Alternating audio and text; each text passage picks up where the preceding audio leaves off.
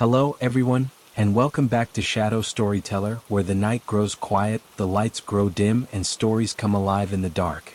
If you enjoy haunting tales before bed, don't forget to subscribe, like, and leave a comment below. Tell me what kind of mysteries you'd like to hear next. Now, settle in, turn down the lights, and let's begin tonight's story. This one is called The Photograph in Room 217. It was late October of 1983, and the wind that rolled off Boston Harbor carried a chill that seemed to whisper through the narrow streets of the old city.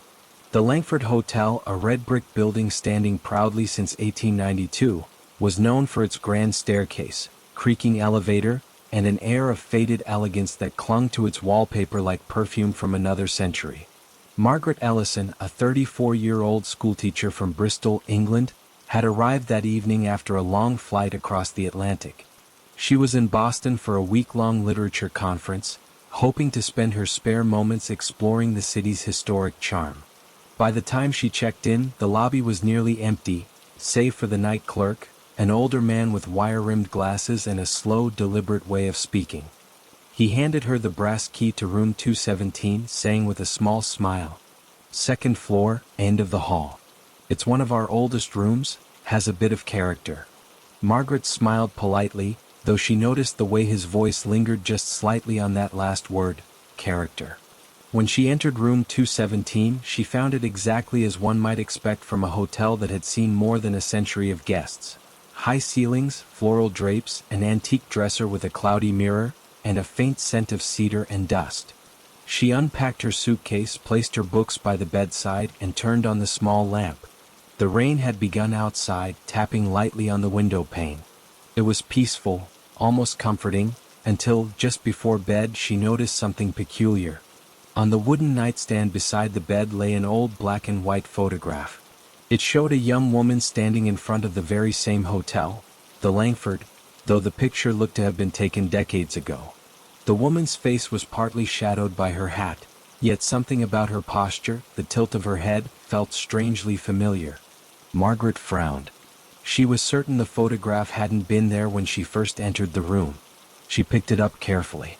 The edges were curled, the paper brittle, and on the back, written in neat cursive, were the words, "For me with love, 1927. Her initials. Margaret felt a slow chill move down her spine.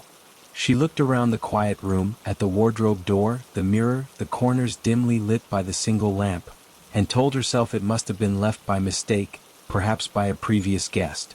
Still, when she lay down and turned off the light, she couldn't shake the feeling that someone, or something, in the room was watching her. Outside, the rain grew heavier, the city sounds fading into the distance. And in the dark, a faint rustle came from the dresser. The rain continued its steady rhythm against the window, soft at first, then gathering in waves that sounded almost like a whispering voice. Margaret turned over in bed, the sheets rustling beneath her. She tried to convince herself it was just exhaustion, the strangeness of travel, or perhaps the ghostly hum of an old building adjusting to the cold. Yet the unease pressed on her chest like a weight she couldn't shake. The rustle came again, sharper this time, from the direction of the dresser. She sat up. The lamp's dim yellow light caught the edge of the mirror, and for the briefest second, she thought she saw movement reflected in it. A shadow, faint and formless, shifting behind her. Margaret's breath caught. She turned quickly, but the room was still. The heavy curtains hung motionless, the air thick with the scent of rain-soaked wood. Slowly, she swung her legs over the side of the bed and stood. The floorboards creaked under her bare feet as she walked toward the dresser. The top drawer was slightly open. She didn't remember leaving it that way. With hesitant fingers, she pulled it open further. Inside were only a few standard hotel items: a Gideon Bible, a faded hotel brochure from the 1960s, and a small silver comb. Nothing unusual. Yet, at the very back, something caught the light. She reached in and drew out a locket. It was small, oval-shaped, its silver tarnished with age. When she pressed it open, she found two tiny photographs inside. On one side, a man in an old-fashioned suit. On the other, the same woman from the photograph on the nightstand. Margaret stared. There was something hauntingly familiar about the woman's eyes. They were calm, almost kind, yet filled with a sadness that made her stomach twist. A sudden draft brushed against her neck. She spun around. The window had somehow opened a crack, though she was sure she had locked it earlier. The curtains billowed softly, and outside, the city lights shimmered like ghosts reflected on the wet streets below. She hurried to close the window, her hands trembling. As she turned back, the lamp flickered once, twice, and then went out. The room fell into darkness. Margaret's heart pounded. She reached for her phone on the bedside table, fumbling to switch on the flashlight. The narrow beam of light swept across the room. The bed, the chair, the old painting on the wall, and finally rested on the dresser. The photograph was no longer there. For a long moment she couldn't move. She felt frozen in place, her breath coming in short, uneven gasps. Then, gathering what courage she had, she whispered to the dark, "Who's there?" No answer came, only the sound of rain and the distant hum of traffic below. The next morning, sunlight spilled weakly through the curtains. The photograph had returned, resting once again on the nightstand, exactly where she'd first found it. The woman's face, though unchanged, now seemed different. Her faint smile had vanished. At breakfast, Margaret sat in the hotel's small dining room, nursing a cup of tea and watching other guests move about in lazy silence. She noticed a framed collection of old photographs on one wall, early images of the hotel, the staff, and various guests through the decades. One photograph drew her in immediately. It showed a group of people standing in front of the Langford in 1927. Her heart gave a jolt. The woman from her room was there, standing near the center, wearing the same hat, the same faintly tilted smile. She got up and leaned closer. The brass plate beneath the photograph read, "Guests and staff, Langford Hotel, 1927. Taken by proprietor Thomas Keene." Margaret stared at the names listed below each face.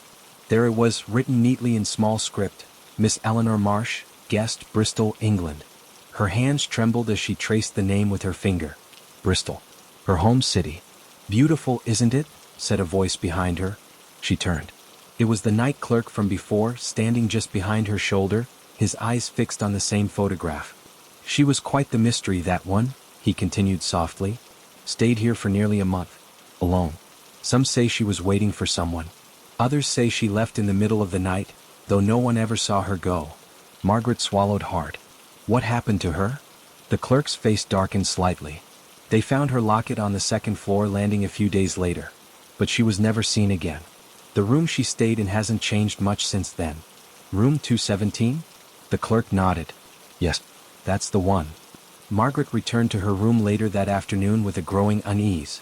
She set the photograph and the locket side by side on the nightstand, staring at them as if they might offer some explanation. Who was Eleanor Marsh, really? And why did the photograph bear her initials, Emmy? The hours passed slowly. Outside, the day faded into a pale orange dusk. Margaret opened her notebook and began writing down everything she had noticed. The date on the back of the photograph, the name from the dining room picture, the locket, the initials. But as she wrote, something strange happened. The air in the room grew colder, as though the temperature had dropped by several degrees in an instant. Her pen began to tremble in her hand. The mirror across the room clouded over, as if someone had breathed on it from within. And there, faintly, letters began to appear, written in the fog. Margaret stood, her chair scraping the floor. The letters lingered for a few seconds before slowly fading away. Her pulse thundered in her ears. "I don't understand," she whispered. "What do you want?" From somewhere, maybe behind the wall, maybe from the air itself, came a faint sound. A woman's voice, distant and echoing as though carried from another time. "Remember me?" The voice was gone almost as quickly as it had come, leaving the silence so deep that even the ticking of the old wall clock seemed unnaturally loud. That night, sleep refused to come. She lay awake listening to the faint creaks and sighs of the old building. Around 2 in the morning she heard footsteps in the hallway, slow, measured, and unmistakably real. They stopped right outside her door. Then 3 soft knocks. Margaret sat up, her breath shallow. She stared at the door, willing herself not to move. The knocks came again, a little louder this time. Finally, she stood, each step toward the door feeling like a descent into something she couldn't turn back from. She opened it slowly. The hallway was empty. But there, lying on the floor just outside, was another photograph. The same woman, this time standing at a window. Behind her, through the glass, a faint reflection showed another face, Margaret's own. She dropped the photo in shock. The air around her seemed to hum, the walls tightening as if the room itself were holding its breath.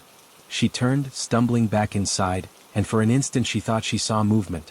A figure in the mirror, the faint outline of a woman in a dark dress, her head tilted ever so slightly. Margaret blinked, and the figure was gone. When dawn finally broke, she packed her suitcase in silence. She went downstairs to check out, her hands trembling as she handed the key to the same night clerk, who now looked almost expectant, as if he knew she wouldn't stay another night. "Did you sleep well?" he asked, though his tone suggested he already knew the answer. I found something in my room," she managed to say. "A photograph. And a locket. I think they belong to Eleanor Marsh." The clerk's expression remained calm, but there was a flicker of something, recognition perhaps, or pity, in his eyes. "You're not the first to find them," he said quietly. "They appear from time to time. Always in the same room. Always for someone new." Margaret hesitated. "Why me?" He looked at her for a long moment before replying. "Maybe she saw something in you, something familiar. Maybe she thought you'd remember her." Margaret said nothing.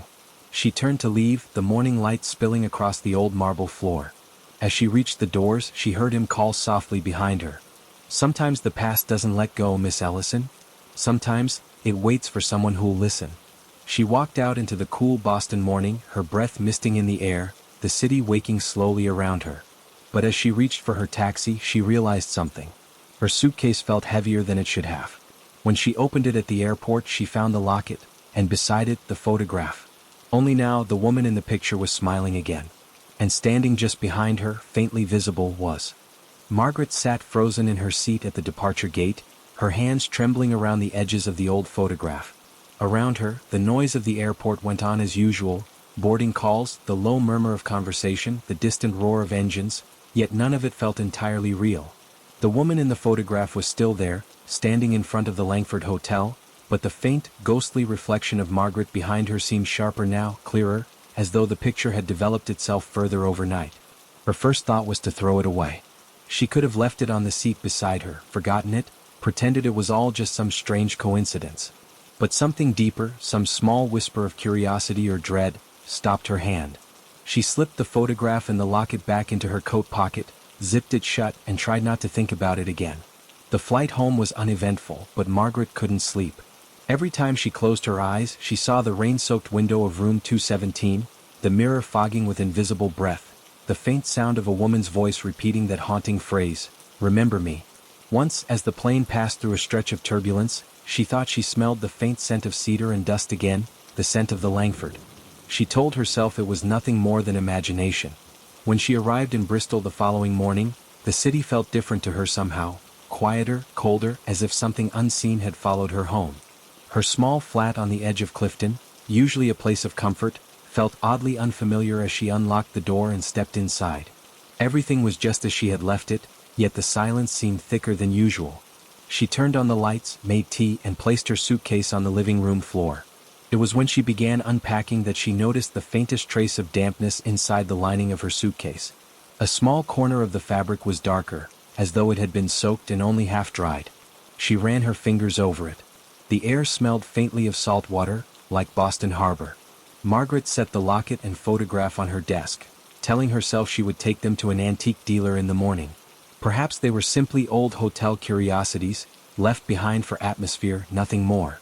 Yet as evening came, she found herself staring at the photograph again. It seemed to change subtly with the light. At certain angles, the woman's eyes appeared to meet hers directly. At others, the faint outline of Margaret's reflection in the background almost seemed to be moving closer. She turned the photo face down and went to bed early. But sleep was thin, restless, fragmented.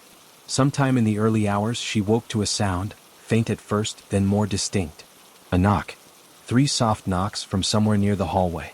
Her clock read 2:13 a.m. For a moment she thought she was dreaming, but then came the sound again. Measured, deliberate, exactly like the one she had heard outside room 217. Her throat felt dry. She swung her legs out of bed and stood still, listening. The flat was quiet, yet she could feel the air shift slightly, a coolness creeping through the corridor. She took a few cautious steps toward the living room. The knocking stopped. When she reached the desk, the photograph was no longer face down. It stood upright, leaning against the lamp, perfectly positioned so that the woman's gaze met hers in the half-light. Margaret's hands shook as she reached for it, but before she could touch it, a sound came from the kitchen. A low, metallic clink, like a spoon dropped into a cup. She turned sharply toward the noise. The light above the sink flickered once, twice, then steadied. On the counter, her teacup sat empty. Next to it lay a damp ring, as if someone had just set another cup beside it and taken it away again. Margaret backed out of the kitchen, her pulse racing.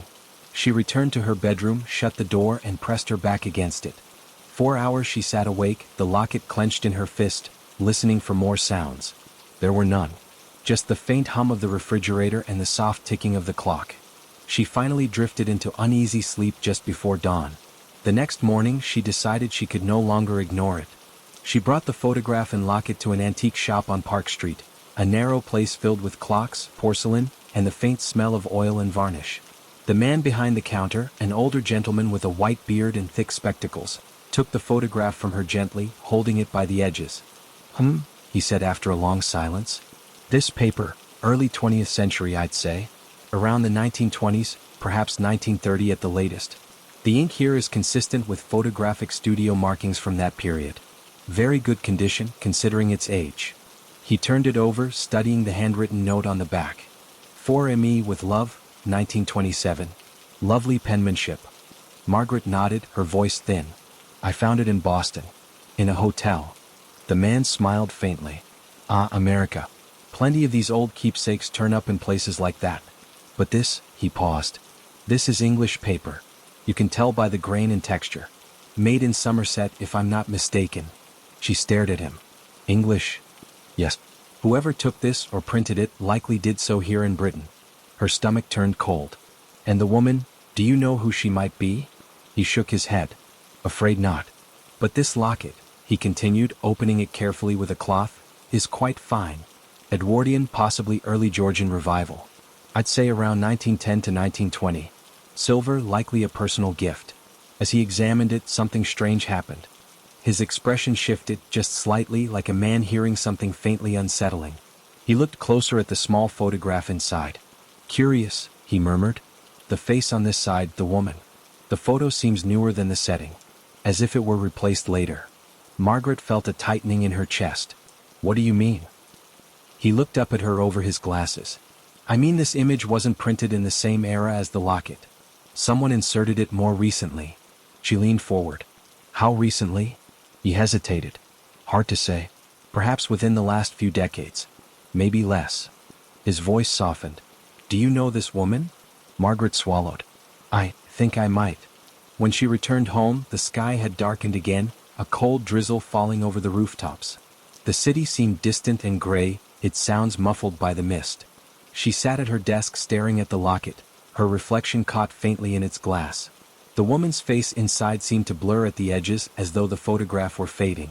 She opened her notebook and began writing down everything she'd learned, every date, every small connection. But as she wrote, her pen paused. The room had grown colder again, noticeably colder. The lamp flickered. And then, faintly from the far corner near the window, she heard the sound of fabric brushing against fabric. The quiet, unmistakable movement of someone standing there. Margaret turned slowly. In the dim light, she saw her curtains shifting gently though the window was closed. The air seemed to thicken, and within the shadowed folds of the fabric, a shape began to form. A woman's outline, slender, still, wearing what looked like an old-fashioned dress. Margaret couldn't move. The figure's head tilted slightly, exactly as it had in the photographs. A whisper filled the air, so close it seemed to come from beside her ear. You remember now. Margaret stumbled backward, knocking over the lamp. The room plunged into shadow. When she looked again, the figure was gone, but the locket on the desk had opened on its own. Inside, the photograph of the woman had changed. The face was now Margaret's. She screamed. The days that followed blurred together. She stopped going to work, answering calls, or leaving her flat. She covered the mirror in her bedroom and kept the locket locked inside a drawer. But every night, without fail, she woke at exactly 2:13 a.m. The faint scent of cedar filled the air. The sound of rain, though the weather outside was dry, whispered against the windows. One evening, desperate for answers, she searched local archives for the name Eleanor Marsh. The old newspapers revealed fragments of a life. A young woman from Bristol who had traveled to America in 1927, staying at a hotel in Boston while waiting for her fiancé, a man who never arrived. She disappeared soon after. The last record of her was a ship's passenger list showing her voyage to Boston aboard the SS Carmania. Her return journey was never registered. Margaret read every word, heart pounding. The more she read, the more she saw pieces of herself reflected in the woman's story, The same birthplace, the same initials, even a similar age when traveling abroad alone. She sat back trembling. Was this mere coincidence or something older, something entangled between time and memory? That night, she placed the photograph and the locket on the windowsill. The moonlight touched them, pale and thin. She whispered, "Eleanor, what do you want from me?" The room was silent. Then, slowly, the photograph curled at the edges. The ink began to darken. And in the quiet air, the same voice, soft, aching, and near tears, answered, "Finish what I could not." The next morning, Margaret booked a flight back to Boston. She didn't tell anyone. She packed only a small suitcase, the locket around her neck. The flight was long, sleepless, filled with a sense of inevitability she couldn't explain. When she stepped once again into the lobby of the Langford Hotel, it was as though no time had passed. The same smell of polished wood, the same dim chandelier, the same echo of footsteps on marble. The clerk was not the same man as before, but when she asked for room 217, he hesitated, then nodded slowly. "If that's your choice," he said quietly. That night, the wind was strong, rattling the windows. Margaret stood before the dresser, holding the photograph one last time. She placed it on the nightstand beside the lamp and looked into the mirror. Her reflection flickered, faint and pale, and then another figure began to form beside her. Eleanor Marsh, eyes calm and unblinking. Margaret didn't scream this time. She simply asked, "Why me?" The reflection of the woman smiled faintly. "Because you were there," the voice said. "You always were." The mirror cracked. The lights went out. The sound of rain grew deafening, though outside the night was dry and still. When the morning came, room 217 was empty. The bed neatly made, the curtains drawn. Only a single photograph remained on the nightstand, a new one. It showed two women standing side by side in front of the Langford Hotel, both smiling faintly at the camera. One wore an old hat, the other a modern coat.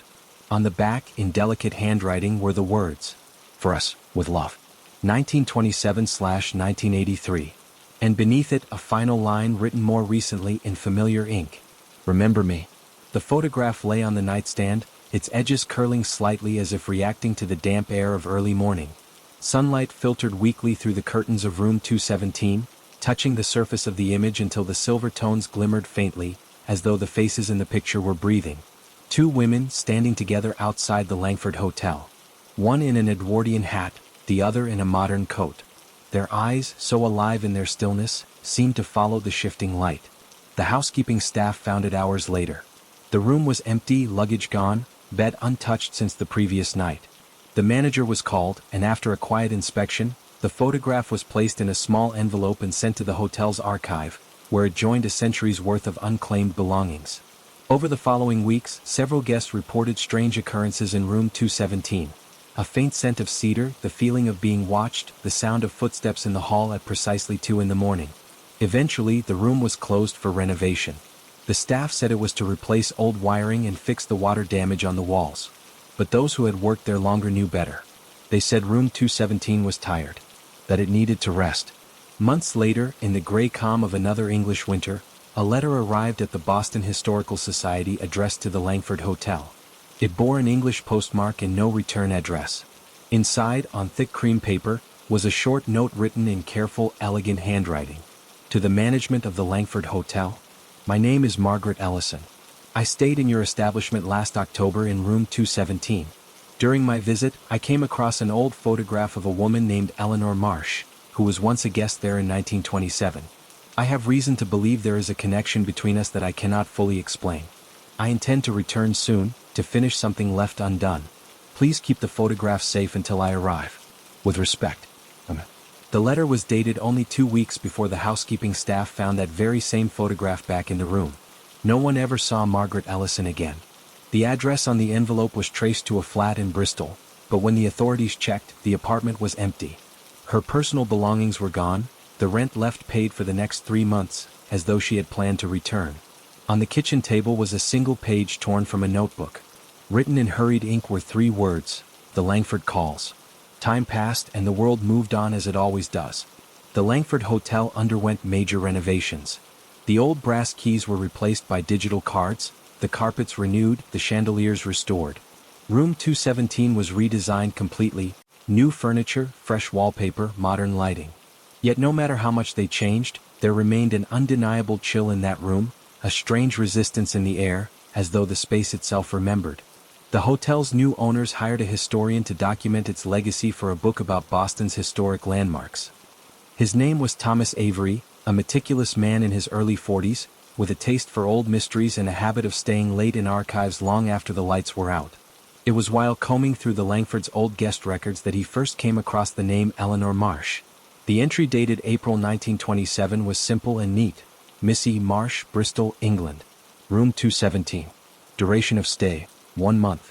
There was no checkout signature. Beneath that entry, written faintly in pencil, someone had added, "Gone night of the storm." Curiosity caught him. Thomas began to dig deeper, tracing Eleanor's name through ship manifests and newspaper archives. The story unfolded piece by piece. A young woman from Bristol, a fiancé who never arrived, a disappearance that left no trace. The old Boston Globe article describing it had been brief, almost careless. It referred to her as a visiting Englishwoman presumed to have returned home. But no evidence of that return existed.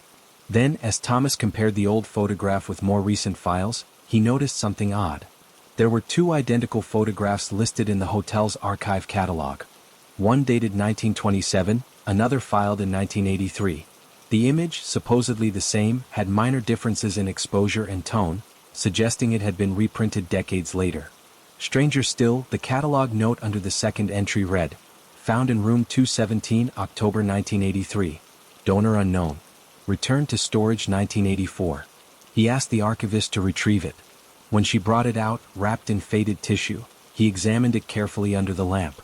The surface of the photograph shimmered faintly, the 2 figures frozen in grayscale. The woman in the older attire, Eleanor, stood on the left, her gloved hand resting on the railing. The other woman, in a modern coat, stood to her right, smiling faintly, almost uncertainly. The resemblance between them was striking. They could have been sisters or even the same person separated by time. On the back of the photograph, written in delicate, looping script, were the words, "For us, with love. 1927/1983. Thomas turned it over again, his skin prickling. For a moment, in the reflection of the glass table beneath it, he thought he saw movement, a shimmer like someone passing behind him. When he looked up, the room was empty. He laughed under his breath, shaking his head. "Too many ghost stories," he muttered.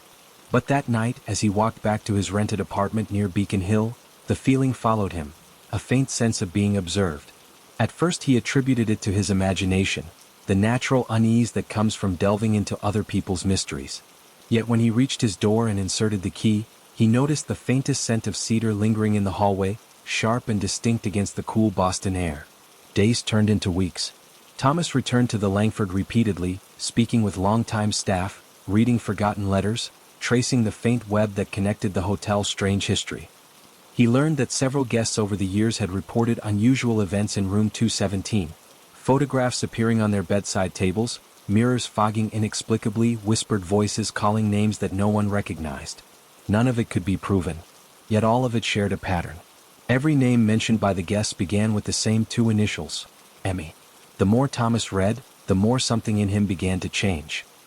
He started dreaming of the Langford at night, not as it was now, but as it might have been a century ago, with gas lamps flickering on the walls and rain streaking across the windows.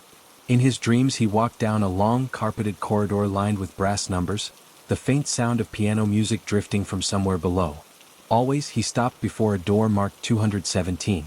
Always he hesitated before knocking. One night, unable to resist, he decided to stay there himself.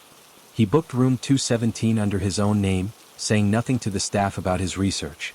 The clerk looked at him curiously when he requested that particular room, but handed him the card without comment.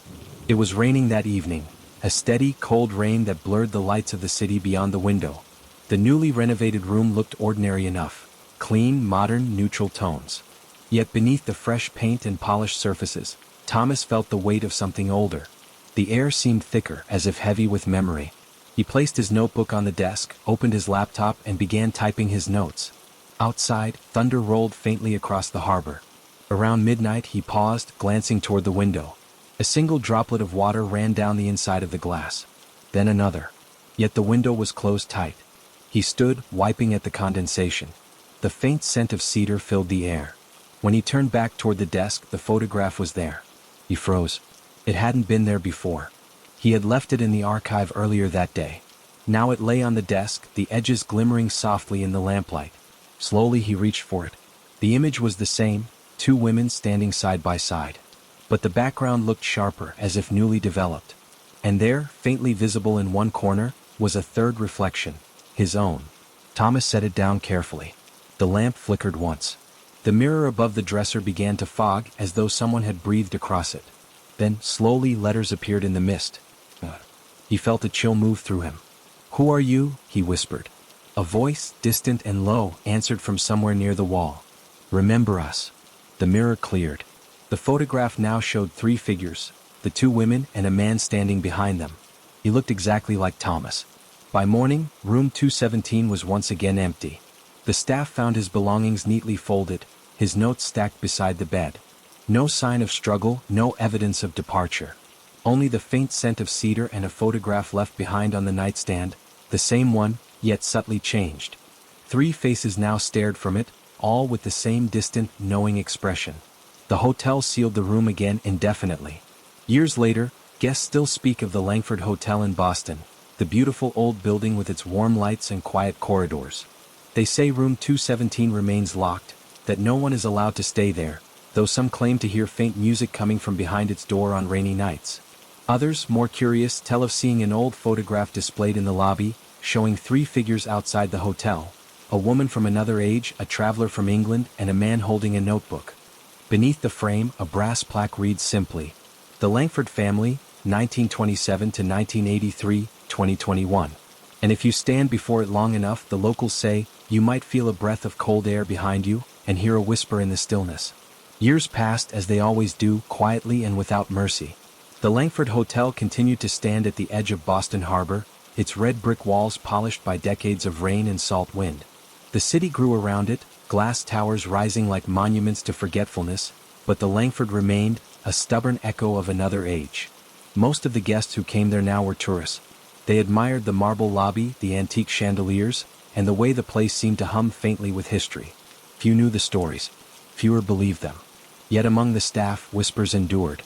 The night porters spoke of lights flickering in empty rooms, of faint piano music heard from nowhere, and of the scent of cedar that sometimes filled the air around the second-floor corridor. They avoided speaking of room 217 after dark. In the spring of 2024, the Langford underwent another round of renovations. The new manager, a young woman named Claire Donnelly, had been hired to modernize the hotel's image for an upcoming anniversary celebration. She was efficient, practical, and not easily rattled. The older staff respected her, though they exchanged wary glances when she mentioned reopening the sealed room.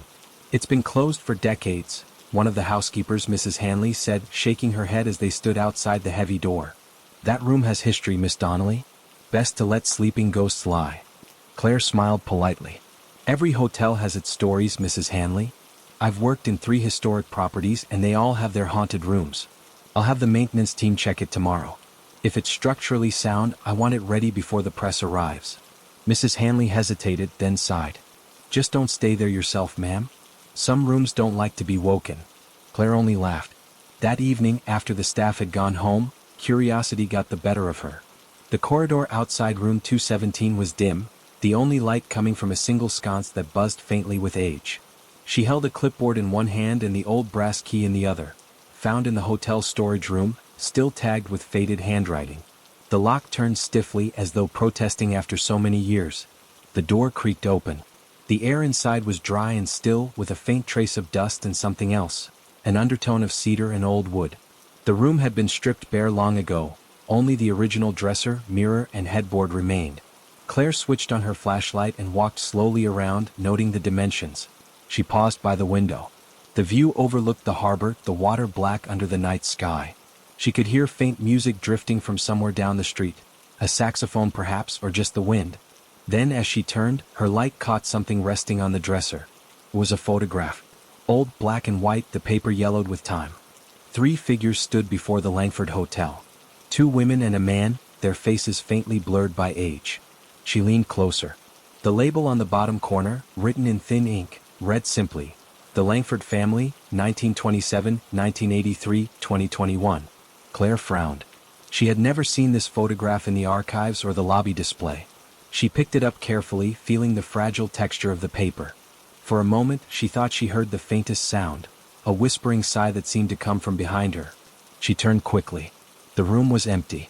The next morning, she brought the photograph to her office and showed it to the head of maintenance, a quiet man named Luis. "Where did you find this?" he asked, staring at it. "In 217. It was sitting on the dresser." "Why?" He hesitated. "That room's been sealed since before I started here. There's no way anyone could have put that there recently. Maybe it was left behind before the last renovation." Luis didn't reply. He only nodded slowly and left. That afternoon, when Claire checked the maintenance schedule, she noticed that Luis had reassigned himself to another floor. 2 days later, Claire ordered new furnishings for room 217, a queen bed, desk, and lamps. She wanted the space ready for a soft relaunch.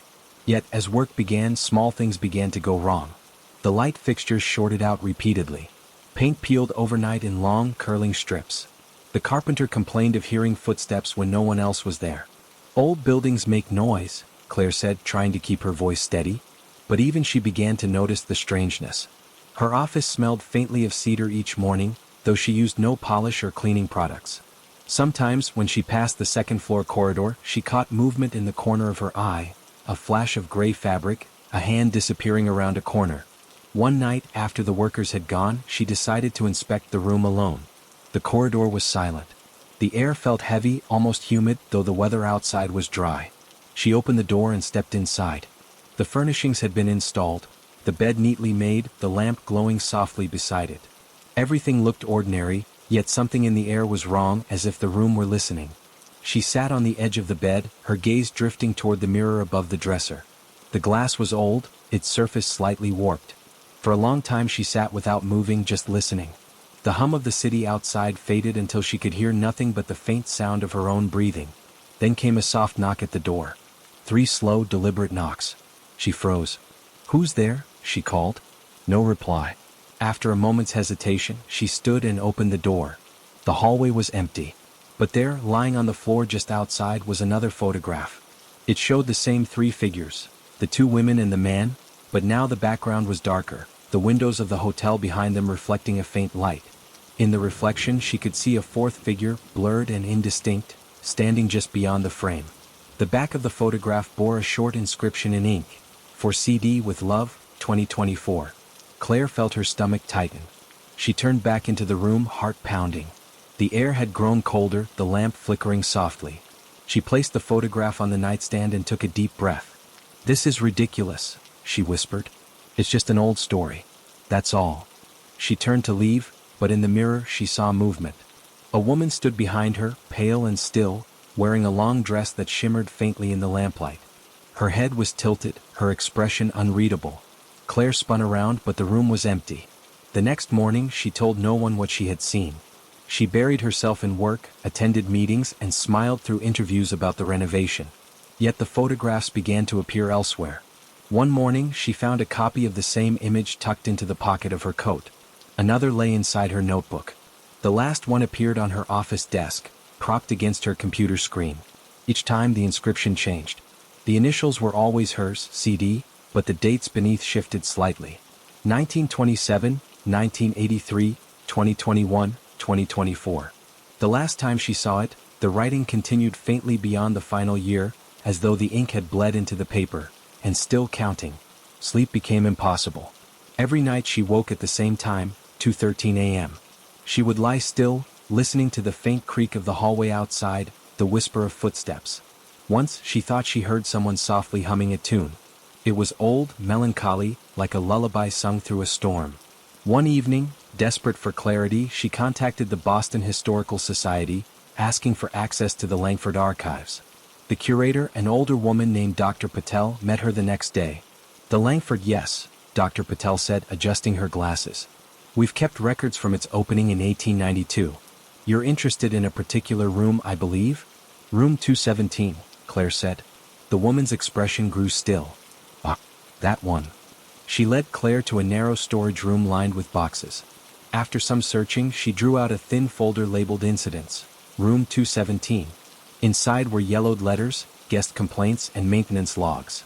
Claire flipped through them, her breath quickening as she read the names: Eleanor Marsh, Margaret Ellison, Thomas Avery. Each separated by decades, yet bound by the same thread. At the back of the folder was a single page, handwritten in faded ink. If you find this, you must understand. The photograph is not of us. It is us. The Langford keeps what it remembers, and it remembers everything. No signature. No date. Claire stared at the words until the letters blurred. That night, she returned to the hotel long after midnight. She walked the silent halls, her footsteps echoing.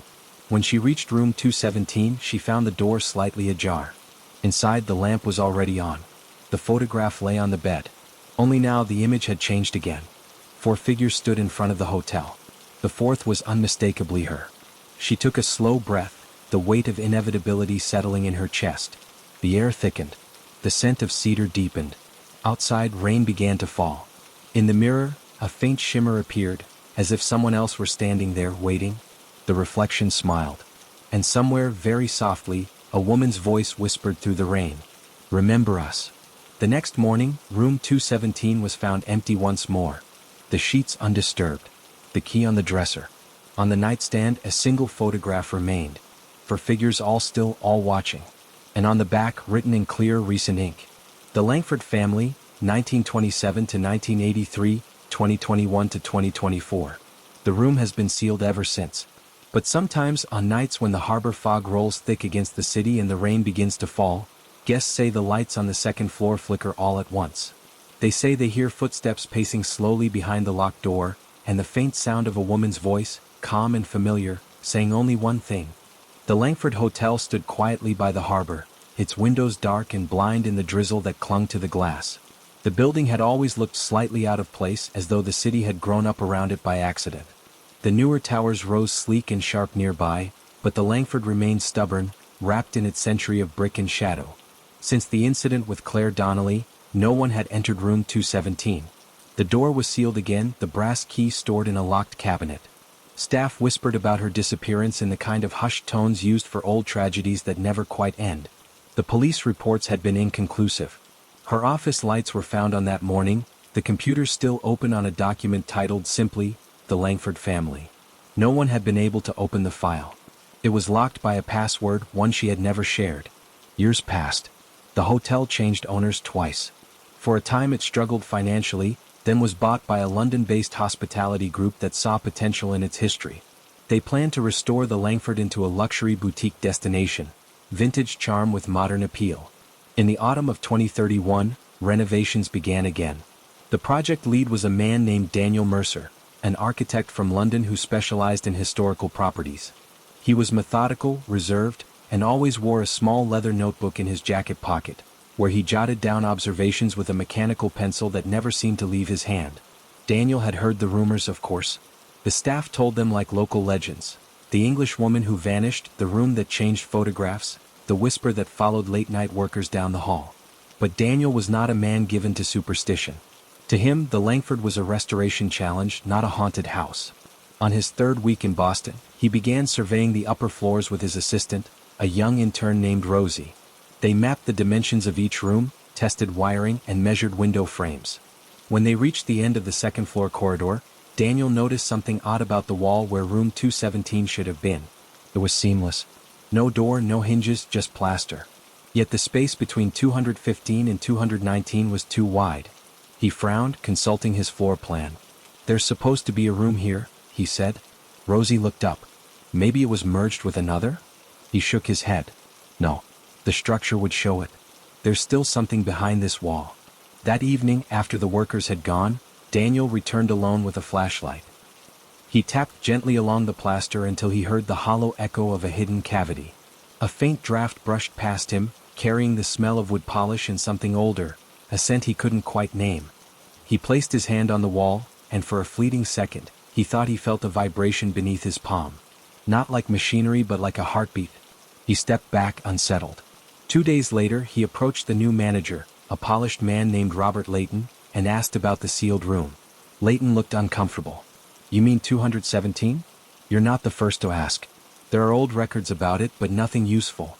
The company agreed not to reopen that section. "It's bad publicity, you understand." "Bad publicity?" "There was an incident years ago. One of the managers disappeared during a previous renovation. The story got into local papers. Some nonsense about ghosts. The investors don't want it resurfacing. Daniel nodded slowly. I see. Still, we need access for structural assessment. Leighton hesitated. I'll see what I can do. That night, Daniel couldn't sleep. He sat at the small desk in his hotel room, reviewing old floor plans on his tablet. The earliest drawing he found dated back to 1892. Room 217 was marked clearly, next to a storage closet and a stairwell that no longer existed. He zoomed in. The notation beside the room read simply, "Private Suite, Langford Family Use Only." He searched for later plans, but by 1927, the label had changed, "Guest Room Restricted." After 1983, the room disappeared from every blueprint. Something about the dates bothered him. They repeated, 1892, 1927, 1983, 2021, and now 2031. Almost exactly every 40 years, something changed in that part of the building. The next morning, Leighton handed him a small envelope. Inside was a single brass key. "You didn't get this from me," he said quietly. "Be careful." That evening, Daniel returned to the second floor. The corridor was silent, the kind of silence that feels like it's waiting for something. He found the faint outline of the hidden door. The plaster was newer than the rest, a false wall. He used a crowbar from the maintenance room and began to pry. The panel gave way with a groan, dust spilling into the air. Behind it, the original door stood intact. Dark wood, ornate brass knob, and the tarnished numbers, 217. He turned the key. The lock clicked smoothly as if it had been waiting. The room was dark. He stepped inside, sweeping the flashlight across the walls. The furniture was covered in sheets, a film of dust coating everything. The air was dry and still, carrying the faint smell of cedar. On the nightstand sat a photograph. He approached slowly, feeling his pulse rise. 3 women and 1 man stood before the hotel. Their faces were blurred, their outlines soft with age. But at the far edge, almost hidden, stood a 5th figure, tall, faint, barely visible. The handwriting beneath read, "The Langford Family, 1927, 1983, 2021, 2031. Daniel's hand trembled. He turned the photograph over. There was no message, no initials, only a smudge of ink that looked like a fingerprint. He placed it down and turned toward the mirror. His flashlight flickered once, twice, then steadied. In the reflection he saw movement. A woman standing behind him, her outline pale in the darkness. She wore a long dress, her head slightly tilted. He turned sharply, nothing there. He exhaled. "It's just light distortion," he said under his breath. Nothing more. But when he looked back, the mirror showed her again, closer this time. And in her hands she held a photograph. He stumbled backward, the flashlight slipping from his hand. It clattered to the floor, its beam rolling across the walls. For a moment, the whole room seemed to shift. The wallpaper changing, the bed frame altering shape, the smell of dust replaced by perfume. He was no longer standing in an abandoned room but in a space that looked lived in, warm lamplight flickering on the walls. The sound of soft footsteps approached behind him. He turned, heart racing. The woman was there now, faint but clear. Her face was pale, eyes dark and deep, lips parted as if about to speak. "Who are you?" he whispered. She smiled faintly, almost sadly. "Do you remember me?" Her voice was English, precise and gentle. Daniel shook his head. "I don't know you." She tilted her head. "Then why are you here again?" The words chilled him. He blinked and she was gone. The room returned to dust and stillness. The sheets were gray again, the air dry. Only the faint scent of cedar remained. He left the room without looking back, locking the door behind him. The following days blurred together. Daniel found himself distracted, unable to focus on the renovation plans. He dreamed of the woman's face every night, her eyes following him, her whisper echoing through his sleep. "Remember me." He began researching the Langford family in earnest. Records were scarce. The hotel's founder, Henry Langford, had built the property for his wife and 2 daughters in the late 19th century. One of the daughters, Eleanor, had died young, age 27, cause listed as illness. The other, Margaret, had married and moved to England. There were no living descendants listed after 1927. He sat in his office late one evening, studying an old newspaper clipping. It showed a grainy photograph of Eleanor Langford standing in front of the hotel. The caption beneath read, "Miss Langford photographed shortly before her disappearance, October 27, 1927. Daniel leaned closer. The tilt of her head, the faint smile, the dark eyes, she looked exactly like the woman he had seen in the mirror. He He closed the paper, his throat dry. Outside, the wind howled faintly across the harbor. The old pipes in the building groaned. Somewhere in the distance, a door creaked open. He stood, glancing toward the corridor. The lights flickered once. On his desk lay the photograph he had taken from the room. Only now the image had changed. The fifth figure, the faint one, had moved closer, its outline more distinct. He stared at it for a long time, then reached for his notebook and began to write. There is something here. Something that waits. The Langford doesn't let go. Remembers? He stopped, realizing the words were nearly identical to the note Claire Donnelly had written years before. His hand trembled slightly. He looked again at the photograph. The fifth figure had changed once more. It was no longer faint. It was his own reflection. Daniel sat back slowly, the paper slipping from his fingers. He heard the faintest sound of footsteps outside the office door. Then a gentle knock. 3 slow, deliberate knocks. He rose and crossed the room, each step feeling heavier than the last. He opened the door. The hallway was empty. Only the faint scent of cedar lingered in the air. He turned back and froze. On his desk, beside the photograph, lay a small envelope. His name was written on it in thin cursive. He opened it with shaking hands. Inside was a folded note. The handwriting was elegant, unmistakably the same as the inscription on the old photographs. 4DM with love, 2031. He looked up at the mirror across the room. There was no reflection. Only the faint shimmer of another presence, waiting. The lights dimmed. The harbor wind sighed through the cracks in the old glass. Somewhere deep in the hotel, a door creaked open again, and the sound of soft humming drifted up the stairwell, the same melody that had haunted the Langford for more than a century. Daniel whispered to himself, though he did not know why. Remember us. And somewhere, unseen, a voice replied, quiet, patient, eternal. We already do. The Langford Hotel remains open to this day. Guests still stay on the upper floors. The staff never speak of room 217. And sometimes, on fog-heavy nights, when the harbor bells sound and the city falls silent, a faint light flickers behind the sealed wall, as though someone inside is still awake, arranging photographs that no one else remembers. The Langford Hotel stands quietly now, its red bricks weathered by rain and salt, its windows reflecting the restless shimmer of the harbor. Time has softened its edges but not its memory. Guests come and go, their laughter echoing down the marble halls, their footsteps crossing the same worn carpets that others once feared to tread. Room 217 remains sealed, though no one can say for certain why. The management calls it a storage space, and the staff are careful not to linger near that part of the corridor. Yet every so often, a guest walking past late at night swears they hear something. The faint creak of a door that no longer opens, or the rustle of paper sliding across wood. Some claim that if you stop and listen closely, you can hear a soft voice whispering just beyond the wall. A woman's voice, distant and calm, repeating a single phrase in a tone that sounds both loving and mournful. Remember us. And sometimes, when the fog rolls thick over the harbor and the city lights fade to gray, a dim glow can be seen behind the boarded window of room 217. No one goes to check anymore. The staff simply nod to one another, lower their voices, and carry on with their work. Because the Langford, as the locals say, is not haunted in the ordinary sense. It is something else entirely, a place that remembers. It remembers every face that ever entered, every story whispered in its rooms, every photograph left behind. And perhaps that is the truest kind of haunting, not the echo of the dead but the persistence of memory itself. The sea sighs, the wind shifts, and the lights flicker once before settling into silence. Inside, beyond the sealed door, 4 figures stand in an old photograph, waiting, patient, eternal. The Langford family.